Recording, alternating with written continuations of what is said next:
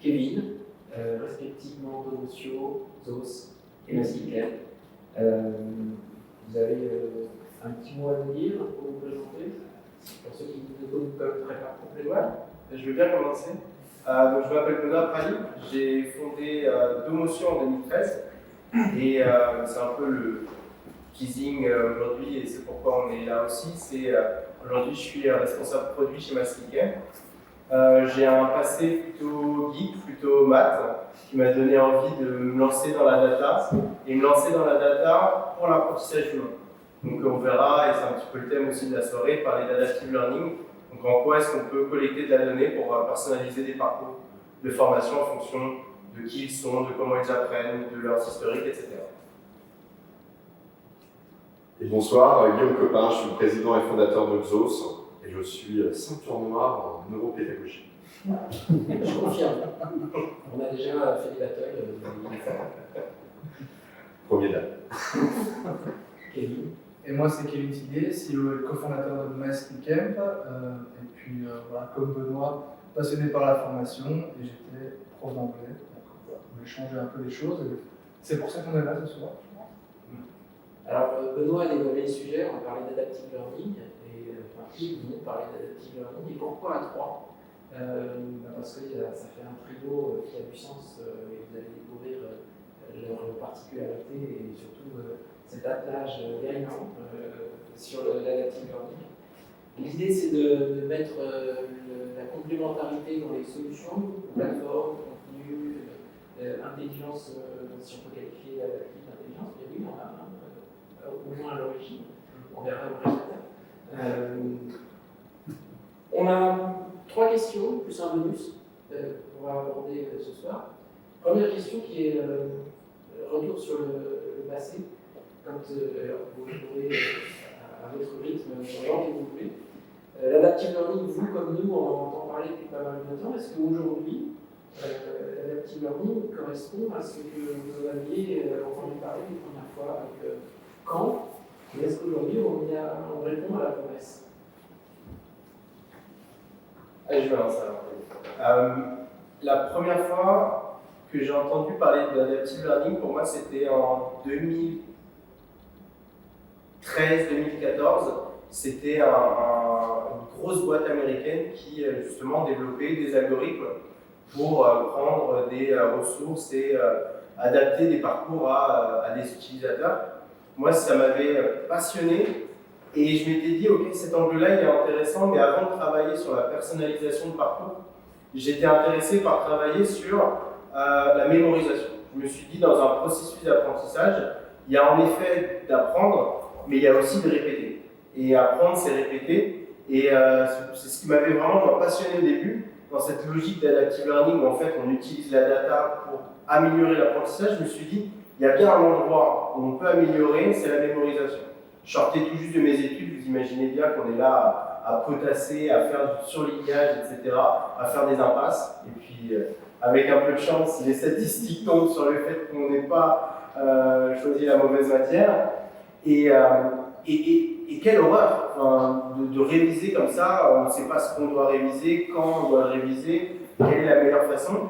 Et cette logique d'adaptive learning, elle est venue par la mémorisation, parce que je me suis dit, ok, en fait, on est en train d'utiliser de la donnée pour, entre guillemets, rendre plus puissant l'apprentissage, plus impactant l'apprentissage. Et d'ailleurs, une de mes premiers pilotes, un de mes premiers prototypes, c'était avec des étudiants de médecine, parce que quand on parle de révision et de trucs à apprendre, eux, ils sont quand même ils sont bien lotis. Et ils font la aussi. J'imagine. Et donc, on avait lancé ce prototype-là à la fac, c'était à Toulouse, et c'était vraiment génial de voir la réaction des étudiants. J'étais tout jeune encore dans mon projet, et à ce moment-là, donc je pitch, et là j'ai un mec au premier rang qui me regarde et qui lève la main, je fais aïe. Et là il me dit, moi je fais déjà ça. Donc là je dis aïe aïe. Et je me dis, oh là là, ça y est, il y a un truc, il y a une cabane contre moi, on veut me piéger. Et en fait, c'est quelqu'un qui me dit, bah regarde, en fait, moi j'ai déjà mon système. Et donc là, il me sort des pochettes transparentes. Et il me dit, alors voilà, donc ça c'est telle matière, ça c'est telle matière. Il ouvre la pochette transparente dans laquelle il a créé des petites fiches avec des questions. Et en fait, il me dit, voilà, j'ai mon tableau Excel. je sais quelle fiche transparente prendre quel jour, et à l'intérieur, je tire au hasard et je prends une question. Tu fais waouh, hyper avancé sur son temps, mais en termes de gestion de scalabilité, horrible. Enfin, moi, je me revois étudiant, enfin, déjà, clairement, en Excel, je ne savais pas faire. Les fiches de révision, je prenais celles des autres. Et donc, gérer tout ça, je me suis dit, non, c'est pas possible. Et donc, c'est là où je me suis dit, la data, l'informatique, c'est là où ça peut finalement aider à automatiser et à donner ces méthodes que certains peuvent se donner à eux-mêmes, à d'autres personnes. Et donc c'est vraiment là où moi j'ai commencé à rentrer dans la logique d'adaptive learning, c'est il y a des gens qui savent, il y a des gens qui ont des facilités, que ce soit pour mémoriser, pour apprendre. Est-ce qu'on est capable soit d'apprendre d'eux, soit de transférer ce que eux savent faire à d'autres personnes en utilisant la data? Et donc je suis tombé là-dedans, un peu comme Obélix dans la potion magique. On va dire, les Anglais aiment bien dire, et des évangélistes, etc. Je pense que de Homotio, on a été un des tout premiers à rabâcher cette idée, à évangéliser, à dire voilà, l'adaptive learning c'est important, ça va arriver, etc. Faites-nous confiance. Et c'est monté doucement. Voilà. Très bavard, j'ai sa parole sur quand est-ce que vous avez la première fois adaptive learning. C'est fini. Je vais enchaîner parce que moi, la première fois que j'ai entendu parler d'adaptive learning, c'est en lisant le roll-up de Domotio. Je pense que c'était en 2016 ou 2017, à un salon ici sur Paris. On était l'un en face de l'autre, de chacun un petit stand du plateau de carré, on l'a caché, tout le monde. Voilà. Et comme il y avait peu de passages, on se serrait la main au milieu, hein, c'était avec Ivan. Et là, je me suis dit, il y a un truc génial en fait dans ce que je lis, est-ce que je peux voir? Et là, la réponse était nette, c'est-à-dire que tu veux voir. En fait, il faut que tu te connectes à nous. Je me dis, ok, mais je me connecte à vous comment? Il faut faire ça via les API. Je dis, ok, mais en fait, je me suis dit, c'est génial, mais ça ressemble à quoi finalement? Je ne sais pas si tu te souviens. Ouais. Et vous aviez tout conceptualisé, mais visuellement, il fallait que quelqu'un vienne se plugger. Et j'avais très envie qu'on aille se plugger à l'outil, mais ça prend du temps, etc. Mais c'était la première fois que j'ai entendu ça et j'ai trouvé ça super passionnant. Et je suis vraiment content que 3-4 ans plus tard, vous ayez développé le fameux Domotio Code qu'on aura l'occasion de revoir encore ensemble. Eh bien, moi, j'ai dû entendre parler d'adaptive learning il y a à peu près 8 ans.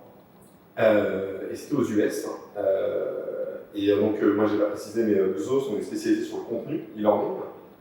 Et je rêve depuis très longtemps d'un modèle que j'ai vu d'une pépite française qui s'appelle Dilemme, qui est une société qui a développé un équivalent de LMS, mais très basé sur des grains XML très fins. Et je trouvais que c'était hyper malin de partir dans cette direction-là. Pour répondre à une de tes questions, Philippe, je trouve qu'il y a eu énormément de progrès sur le marché et Domotio il a énormément contribué parce qu'ils ont aidé à franchir, je pense, beaucoup de barrières, ils ont fait beaucoup de projets dans ce sens-là. Moi, je rêve du coup d'après. C'est comment on va pouvoir facilement identifier le gap de compétences d'un individu à un instant T et lui proposer son parcours personnalisé. En tout cas, c'est ce à quoi nous on prépare chez Xos au niveau des grains de contenu et on a commencé déjà à évoquer avec Matt Smith. Alors j'ai une question, on dit adaptive learning ou adaptative? Alors on dit apprentissage adaptatif et adaptive learning. D'accord. On ne dit pas adaptative learning. Ça nous fait toujours un petit peu sourire. Pas adaptive learning. Ouais. C'est aussi compliqué que métafère et métafère. On ne sait pas, en fait, parfois les gens se lancent en anglais, puis finissent en français, et puis vice versa. C'est vrai que c'est pas facile, et ce que tu dis est assez symptomatique de, je sais pas, du côté peut-être un peu nébuleux, qui est resté pendant beaucoup d'années autour de l'adaptive learning justement, où c'est un mot qui a été beaucoup récupéré, beaucoup mélangé, malaxé à plein de choses, et je pense qu'aujourd'hui c'est clair. On a même commencé à parler sur le marché de micro-adaptive learning, macro-adaptive learning, et tout ça, je pense que ça devient plus fonctionnel et ça devient plus simple à comprendre. Alors justement, est-ce que tu peux dire très concrètement ce que ça apporte, ce que ça apporte pour un apprenant C'est une petite définition. Alors, pour un apprenant, c'est la promesse d'un parcours qui me correspond et sur lequel je suis probablement amené à terminer. C'est-à-dire qu'aujourd'hui, quand on a des choses qui sont trop descendantes, on ne sait pas pourquoi est-ce qu'on doit le faire, c'est pas adapté, j'ai peut-être pas le niveau pour commencer, ou alors c'est trop simple au début, etc. Et au final, je ne suis pas engagé. L'adaptive learning, c'est une réponse qui est adaptée à un objectif pédagogique et à mon niveau. Je vais sur Netflix, il sait ce que j'ai déjà regardé, il sait ce qui m'intéresse, il me fait des recommandations. L'adaptive learning, c'est la même chose, sauf que l'objectif, c'est pas de me pousser à regarder des vidéos et de la pub, c'est de me pousser le bon contenu pour m'aider à progresser vers le niveau qui est attendu. C'est clair. Merci. Ouais. Alors, le deuxième sujet, vous allez voir aussi, c'est assez intéressant. Quand on se lance dans le déploiement d'une plateforme de contenu, de parcours de formation, on veut individualiser le parcours de chacun, donc selon ce que vous avez compris dans la mise en place de l'adaptive learning, qu'est-ce qu'il faut, quels sont les bons ingrédients, quelles sont les bonnes recettes pour déployer intelligemment et de façon efficiente l'adaptive learning dans ces dispositifs de formation. Des ressources humaines, parce que forcément il y a des outils, mais il y a aussi de l'humain autour. Du contenu, alors parce qu'il faut beaucoup de contenu, je sais pas, ça dépend des objectifs aussi qui sont visés par le parcours. Un référentiel, puis des apprenants motivés aussi quand même, parce qu'il faut y aller, il faut s'évaluer. Et moi ce qui me séduit beaucoup, c'est dans un parcours linéaire, on ne sait pas pourquoi, mais on démarre, voilà, on était invité. Et ce que j'aime beaucoup en démarrant ce parcours adaptif, c'est qu'on apprend à connaître en fait son état, son niveau d'entrée. Et ça, je trouve qu'au niveau engagement, c'est hyper puissant parce que ça te pousse tout de suite vers bon, ok, je fais un premier pas, je me vois progresser, un deuxième pas, je me vois progresser. Quand on a un parcours linéaire, mis à part avoir la barre de progression qui augmente et le temps qui défile, c'est tout. Il n'y a pas de pourquoi je me forme. Et ça, j'aime vraiment beaucoup. Donc, voilà, les contenus, les ressources humaines. Je pense qu'il voilà, y a plein de projets qui peuvent être utilisés avec l'adaptive learning, que ce soit 50 personnes, un public sales, on parlait de rétention, les sales, ils doivent retenir les produits, les évolutions de produits, etc., rester à jour, refaire la même formation en salle tous les ans, c'est assez énergivore. Donc, je dirais le bon projet pour se lancer, les bonnes personnes autour du projet, en interne ou en externe, les bons partenaires de contenu bien évidemment, et puis ensuite, voilà. Alors, si je comprends bien ce que tu as dit, parce que tu as utilisé un mot qui avait un contexte inhabituel, qui dit qu'il faut que les apprenants commencent par s'évaluer. Habituellement, l'évaluation, c'est à la fin du parcours, est-ce que j'ai bien appris, etc. Peux-nous expliquer pourquoi l'évaluation est un point de départ? Avec l'adaptive learning, il faut comprendre d'où l'apprenant démarre. Sinon, ça revient à faire un parcours qui est le même pour tout le monde. Si on ne connaît pas son... Voilà, Pierre n'a peut-être pas le même niveau que Paul, et du coup, Pierre va démarrer par un module qui n'est pas le même que celui de je ne sais plus le nom de Paul, peu importe. Et puis finalement, peut-être que Pierre va mettre 4 heures et Paul va en mettre 2 parce qu'il était meilleur, il y avait un niveau plus élevé que Pierre. Et je pense que ça permet aussi de travailler l'engagement, je dirais même jusqu'à l'employer branding, parce que l'individualisation permet aux apprenants de se sentir valorisés. On a été mettre en place des choses pour que tu gagnes du temps, pour que tu sois plus efficace aussi, que tu trouves les bons contenus, que tu sois moins frustré. Et tout ça doit dans je trouve, une interface qui doit être simple et pratique. Et aujourd'hui, on voit qu'avec les nouvelles technologies, on essaye aussi de faire un peu trop de flash, de boutons par-ci et tout par-là. Et ce que j'aime beaucoup, c'est la simplicité que de monsieur apporte, peu importe où c'est placé. Et en complément, par rapport à ta question, moi j'ajouterais qu'au niveau des contenus, il y a besoin d'avoir des grains qui soient suffisamment fins parce que c'est ce qui va justement permettre de faciliter, de dire le grain A et le grain C, on va les donner à Paul, et puis le grain B, on va l'avoir à telle personne. Et je pense que c'est là où il y a aussi des enjeux dans nos entreprises et sur lesquels le marché a commencé à se diriger depuis ces dernières années, qui va faciliter ça. Et ça amène, d'un point de vue des neurosciences, une réponse à une promesse qui est finalement, moi, apprenant, pour que je sois engagé dans un parcours, je vais avoir des éléments de personnalisation. Et c'est cette personnalisation qui fait que ça maintient un engagement, un taux d'attention et un taux de complétude dont tu parlais, qui sont de belles promesses pour atteindre les objectifs de développement de compétences. Et finalement, ce n'est pas que du digital, parce que l'adaptive learning permet aussi à des apprenants qui doivent potentiellement aller en formation présentielle, de dire ok, lui a le niveau, il continue, il n'a pas le niveau, formation présentielle, le formateur sait que le public qu'il a devant lui n'a pas le niveau, et donc il peut attaquer sereinement. Pour un formateur, c'est aussi stressant de se dire personne n'a été évalué, j'ai 20 personnes devant moi, si on a 3 qui commencent à se tourner les pouces, voilà, c'est pas non plus, enfin, ça peut être stressant d'un point de vue formateur, donc ce n'est pas que du digital, l'adaptive learning, c'est pour n'importe quel type de ressources, ça peut être une activité en réalité virtuelle, ça peut être, je sais pas, jusqu'à un bouquin à lire, peu importe d'où vient la ressource pédagogique finalement. Ouais. Et moi je compléterais peut-être un peu plus macro, je pense que c'est aussi une concrétisation de ce qu'on vit dans notre vie de tous les jours et qu'on aimerait avoir dans notre entreprise. C'est-à-dire que dans notre vie de tous les jours, les Anglais ont un terme pour ça, c'est le quantify self. On est tous tout le temps connectés, on n'a pas tous des montres, mais on est tous néanmoins dans la connexion et dans la quantification, la connaissance de soi, etc.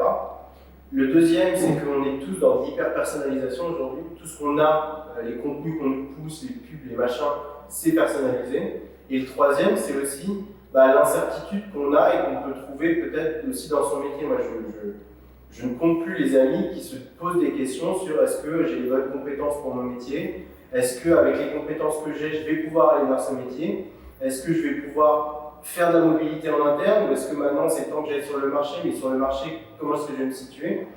Et donc, de la connaissance de soi, du quantify self, de l'hyper-personnalisation, on est dans l'adaptive learning, dans le sens où on l'expliquait tout à l'heure, c'est que l'évaluation, elle n'est pas seulement au début, elle est tout au long du parcours. Parce que toutes les données qui sont générées vont me montrer d'où je pars et où est-ce que j'arrive. Vont me donner ce sentiment finalement de progression et vont également me donner entre guillemets, le réconfort de savoir d'où je suis parti, où est-ce que je suis attendu. Parce que ça, il y a très peu de personnes qui nous disent où est-ce que je suis attendu. Donc justement, l'idée de ce parcours et de cette progression, qui en plus est personnalisée, c'est ça la promesse de l'adaptive learning. Et si je peux juste garder la parole 2 minutes, après je te la passe. Pour industrialiser l'adaptive learning, il faut en effet des experts, il faut des humains, c'est qu'une technologie. Derrière, il faut la mettre en œuvre, il faut la pitcher, il faut créer l'engagement autour de ça.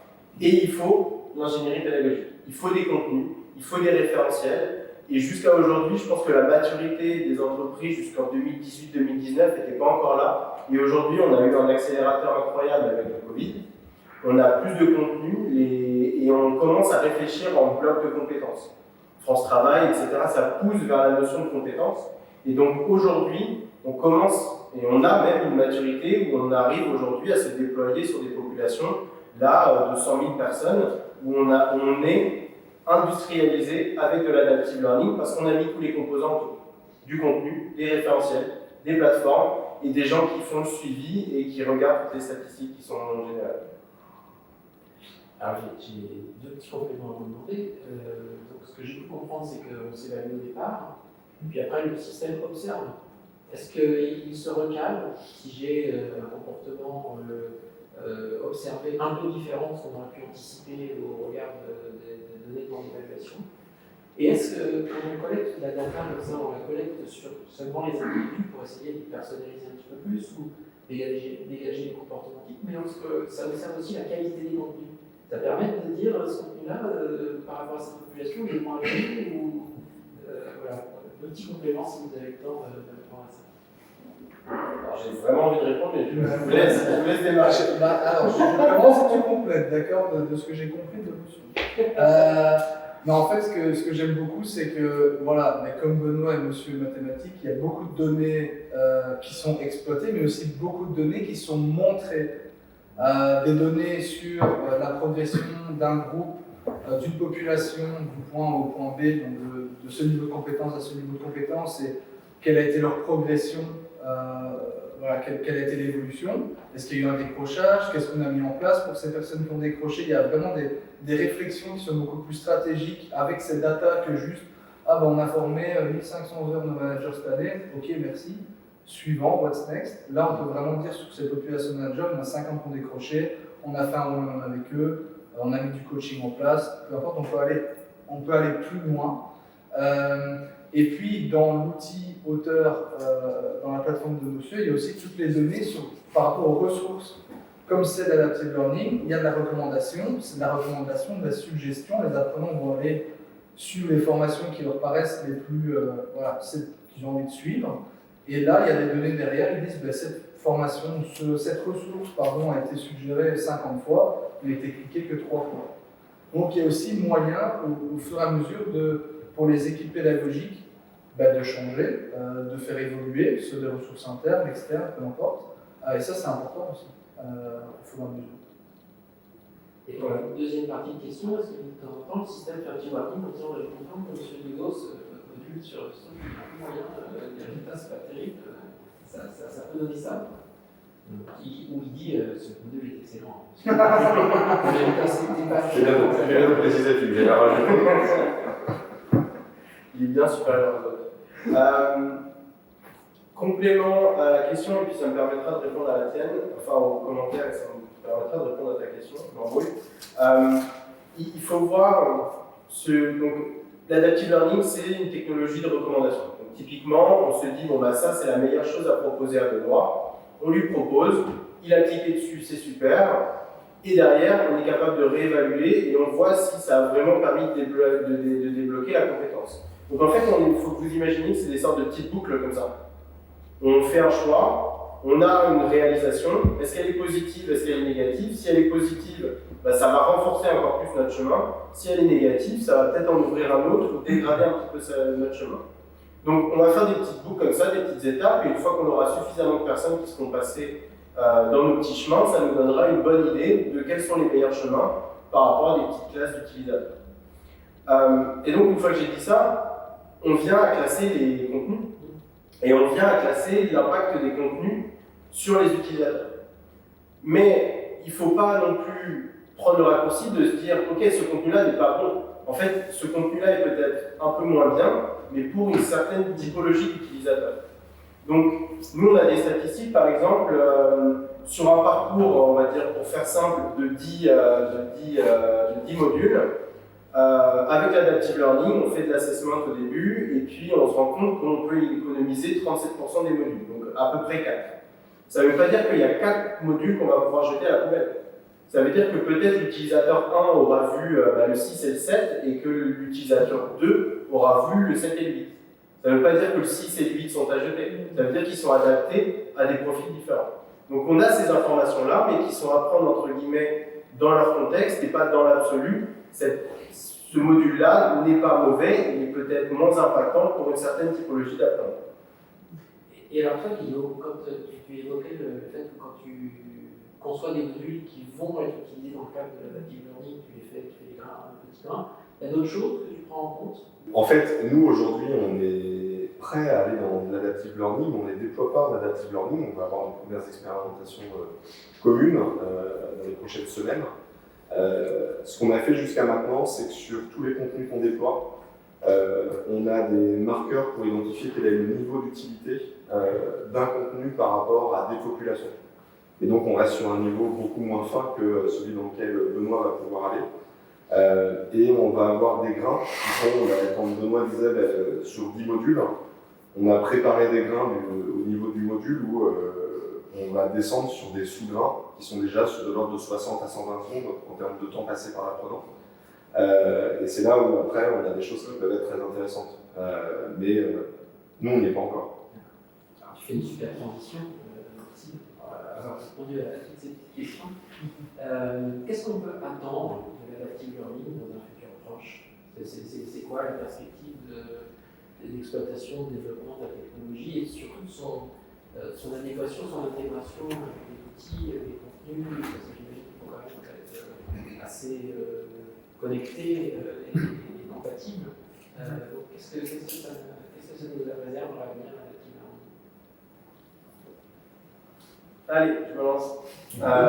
Zut, hein. Alors moi j'ai plein d'idées, j'ai vraiment beaucoup d'idées pour la suite parce que à partir du moment où, voilà, un des enjeux de l'adaptive learning, c'est de commencer à être capable de mutualiser des référentiels de compétences. Parce qu'on se rend compte que beaucoup d'entreprises ont des référentiels de compétences qui sont différents mais les mêmes quasiment. Alors certes, il y a des compétences techniques qui peuvent varier, mais au final, on est à un accent ou à une virgule près. Et le jour où on sera capable de commencer à mutualiser des référentiels de compétences et de commencer à faire de la recommandation avec l'adaptive learning sur ces référentiels de compétences, de positionner des gens et de regarder des feeds par rapport au métier, etc. Et ben moi, mon rêve pour, je sais pas, l'année prochaine, dans 2 ans, dans 3 ans, j'en sais rien, c'est d'être capable de suivre de façon un peu longitudinale la fameuse formation tout au long de la vie et d'être capable d'avoir, en tant qu'apprenant, une sorte de petit passeport de mes compétences qui vont transiter d'un employeur à un autre, d'un centre de formation à un autre. Et ça, je pense que c'est le futur. Et pour le coup, on est déjà en train d'anticiper puisqu'on a, en mars dernier, réussi à obtenir une thèse CIFRE autour justement de comment est-ce qu'on peut standardiser la modélisation entre guillemets d'un apprenant pour qu'on puisse le suivre de façon longitudinale tout au long de sa carrière. Donc ça, pour moi, c'est vraiment la suite parce que ça permet de faire, quelle que soit l'évolution du métier, quelle que soit l'évolution du poste de l'utilisateur, de le suivre en fait dans toute sa carrière sans avoir à recommencer à zéro à chaque fois. Et au-delà de J'ai le même rêve. On a tous les trois le même. Et je rejoins Taro, c'est aussi pour ça que moi j'aime beaucoup ce que vous faites chez Domocio, c'est que pour moi ça va dans le même sens et qu'il y ait aussi un point qui va être en rupture avec un côté que je vais considérer comme poussiéreux de la formation, en tout cas à minima en France, où on reste sur des parcours de formation qui restent sur des référentiels jour par rapport à notre histoire. Et qui va nous permettre d'aller sur vraiment de la montée en compétences adaptée où mon temps, qui est une ressource, mon temps moi apprenant, qui est une ressource qui est de plus en plus importante, va être vraiment utilisé à sa juste valeur pour me fournir ce dont j'ai besoin et me suivre aussi parce qu'on va arriver dans une période où on sait qu'il y a des métiers qui vont disparaître, des grosses composantes, des gros blocs de métiers qui vont disparaître. On va avoir ces enjeux-là. Dans nos entreprises, on commence déjà à les avoir. On a des clients dans différents secteurs où il y a 50% des métiers qui disparaissent sous 5 ans. Donc j'adhère à 100%. Parce que l'adaptabilité de l'adaptatif, c'est une compétence clé qu'il faut pour la force de travail de demain en fait. Ouais. On le dit tout le temps, mais en fait on recherche aujourd'hui des gens qui sont adaptables et qui savent apprendre. Et je pense que l'adaptive learning, c'est finalement un outil, un vecteur, un support de ce qu'on veut mettre en place. De cette adaptabilité et de cette learnability, parce qu'on n'a pas, enfin si la prononce, on appelle ça. Et donc là, tu fais référence à unifier les référentiels de compétences qui pourraient être issus de différentes sources, qui parlent de la même chose, mais qui ne l'appellent pas pareil, qui ne classent pas au même endroit, mais on parle de la même chose. J'imagine que votre système collecte un grand paquet de données et d'autres outils qui sont dans les mêmes tendances collectent un grand paquet de données. Est-ce que la compétence, c'est le résultat de la formation? Est-ce que ces paquets de données vont avoir une normalisation aussi pour pouvoir se les partager ou pas? Alors, la normalisation de ces paquets de données, elle commence à exister, c'est-à-dire que aujourd'hui, on parle un peu d'XAPI, puis on a des normes d'interopérabilité qui nous permettent de mettre du contenu par-ci, du contenu par-là et d'avoir des remontées qui se font, donc on parle de SCORM. Ça commence, mais les principaux éditeurs du marché ne jouent pas forcément le jeu. Parce que c'est aussi une petite guerre de paroisse et qu'on ne peut pas leur en vouloir. La donnée, c'est clé, et si la donnée elle est dans leur système, elle n'est pas ailleurs. Donc si on commence à l'ouvrir et à rendre trop interopérable, et ben on commence à perdre un peu de sa valeur. En revanche, et ce qui est super intéressant avec le modèle et la thèse qu'on est en train de faire, c'est qu'on ne va pas venir demander toute la donnée. On va venir créer un modèle de ce que c'est qu'un apprenant, de ce que c'est que d'apprendre, et on va prendre juste le modèle déjà entraîné avec les données de l'éditeur. Donc les données resteront les leurs, en revanche le modèle est celui de l'apprenant, et celui-là pourra transiter. Et ça c'est hyper intéressant. Et alors, si on est là ensemble ce soir, c'est parce qu'il y a un rapprochement entre Mocio et Cap, dont vous avez certainement entendu parler. Qu'est-ce que vous mijotez tous les deux à la relation? Hier, Kevin parlait de mariage. Moi, je me demandais où s'était passé la pandémie. Exactement. Et je lui faisais remarquer hier que c'était important d'avoir des preuves d'affection de temps en temps. On rigole parce que surtout il y a la femme de Kevin qui est ici aussi, donc on s'est tout mettre de la tête. Qu'est-ce qu'on prépare? Déjà, on nous a préparé, pour être très factuel, cette réception-là, donc avec quelques petites bulles après, quelques slides aussi. Et je pense que avant de démarrer les slides, ce qu'on prépare, c'est une aventure humaine, parce que j'ai beaucoup aimé, tu disais, oui, la première fois j'ai entendu parler d'adaptive learning, c'était en serrant la pince sur un salon en 2016. Je pense que c'est aussi ça le marché en fait aujourd'hui. On a été trop de petits acteurs pendant longtemps, et aujourd'hui, le marché va dans le sens de réunir des gens qui ont une vision un peu commune et qui ont envie de travailler ensemble pour avoir plus d'impact. Parce que sinon, on ne s'en sort pas. Je pense que vous, dans la salle, des plateformes, vous en avez une liste à l'après-vert. Donc là, l'idée, c'est aussi d'avoir et de mutualiser des forces. Et d'arrêter le syndrome un peu français de je refais. Ça sera peut-être moins bien, mais je refais. Et je ne veux pas partager ma valeur. Mais au final, qu'est-ce que c'est la valeur? C'est quelque chose qu'on doit créer ensemble. Donc moi, c'est quelque chose que j'ai trouvé en Kevin, en Guillaume aussi, puisqu'en fait, on s'apporte des contenus, et Dieu sait que l'adaptive learning, on a besoin de ces contenus-là pour avancer. En décembre l'année dernière, le coup de foudre était déjà là, mais je pense qu'il y avait vraiment cette envie d'avoir de l'impact ensemble. Alors nous, MySkillCamp, on est une plateforme née en Belgique, expatriée en France depuis 2017-2018, et la France est notre cœur de marché, le Benelux aussi, et on voulait non seulement avoir plus d'impact dans le produit, on voulait aussi avoir plus de visibilité en France, tout simplement. Donc, non seulement Benoît a une équipe fantastique, mais également un super produit. Et du coup, ce qu'on vous mijote, c'est normalement les slides suivants. Si... On peut faire. Okay. Voilà, j'aime bien cette tagline Unstoppable Together. Alors, je sais, on essaie de la traduire en français, mais ça ne donne pas très bien, donc on va laisser comme ça.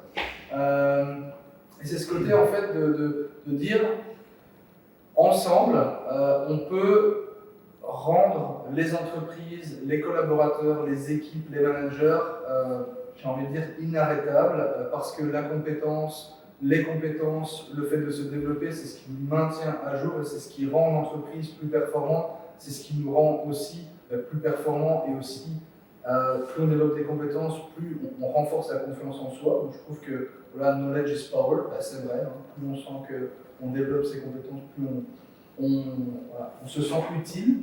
Benoît, tu peux faire une petite histoire, merci. Donc, ce qu'on vous mijote, alors on parle beaucoup LMS, LXP, on ne sait même plus quel nom donner, donc vous savez quoi, on suit la tendance, il y a eu LEP, donc peu importe. Nous, on a décidé de s'appeler donc Skills Delivery Platform, et vous pouvez voir que le premier mot, c'est compétences. On veut commencer par les compétences, commençons par le commencement. Et pour ça, il nous fallait un moteur. Le moteur, c'est celui de Domocio, donc le moteur Adaptive Learning, qui va donc évaluer et recommander les meilleurs contenus, en tout cas les plus pertinents par rapport à un groupe d'apprenants.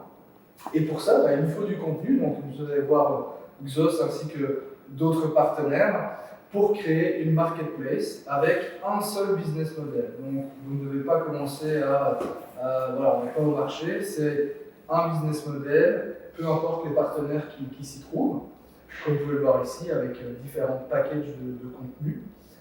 Donc ça, c'est si vous n'avez pas de contenu, ou en tout cas s'il vous en manque, vous pourrez y avoir accès. Et puis, slide suivante, il faut également vos contenus. Alors vos contenus, comme je disais, ça peut être des formations présentielles, du webinar, ça peut être également des contenus que vos experts métiers ont développés. Et puis ces contenus, ces expériences en adaptive learning, elles peuvent être poussées et consommées soit dans notre plateforme, si vous n'en avez pas, mais Dieu sait que le marché est déjà bien arrosé. Et du coup, Benoît, grâce encore une fois à la technologie de Domotion, on est capable d'aller, avec cette fameuse interopérabilité, d'aller déployer, diffuser ces contenus en adaptive learning dans n'importe quel LMS, LXP, LEP, peu importe comment vous l'appelez, sur le marché. Et ça, je trouve que c'est fantastique. Et comme je parlais d'humain au tout début, c'est le suivant, et on s'est rendu compte en début d'année avec Nathalie Lambrecht, qui est notre Chief Learning Officer et aussi Human Resource Officer, et qui était, by the way, notre toute première cliente, de développer un pôle learning chez nous qui va pouvoir accompagner nos clients dans le déploiement de son référentiel, comment construire un référentiel, quels sont les contenus dont j'ai besoin, faire un audit, et puis surtout les aider à déployer, que ce soit un proof of concept ou en tout cas une première vague de formation d'adaptive learning auprès d'une population. Et je pense que ça rassure les clients. On ne va pas avoir le modèle SAP où on est en mode service, mais l'objectif c'est de dire à nos clients, on sait de quoi on parle, on est là pour vous accompagner, ça ne mange pas de pain. Et si vous manquez des ressources humaines, que ce ne soit plus une raison de dire non, parce que les ressources humaines, il y en a et on peut le faire pour ça. Voilà. Cher Benoît. Merci Lucien. Merci à vous de votre écoute. Merci Kevin. Merci Benoît. Merci Philippe. De nous avoir exposé en détail l'adaptive learning. J'espère que vous avez appris des choses. Et puis nous parler de l'avenir de notre trio. Merci. Bravo pour votre mariage. Merci. Je vais me laisser après, j'ai une éclipsée sur le côté. T'as pris les balles? J'en ai pris une. On a une voiture et des canettes à l'arrière aussi. Ah ouais, carrément. On y va, on fait un combo. Merci beaucoup. Merci à tous.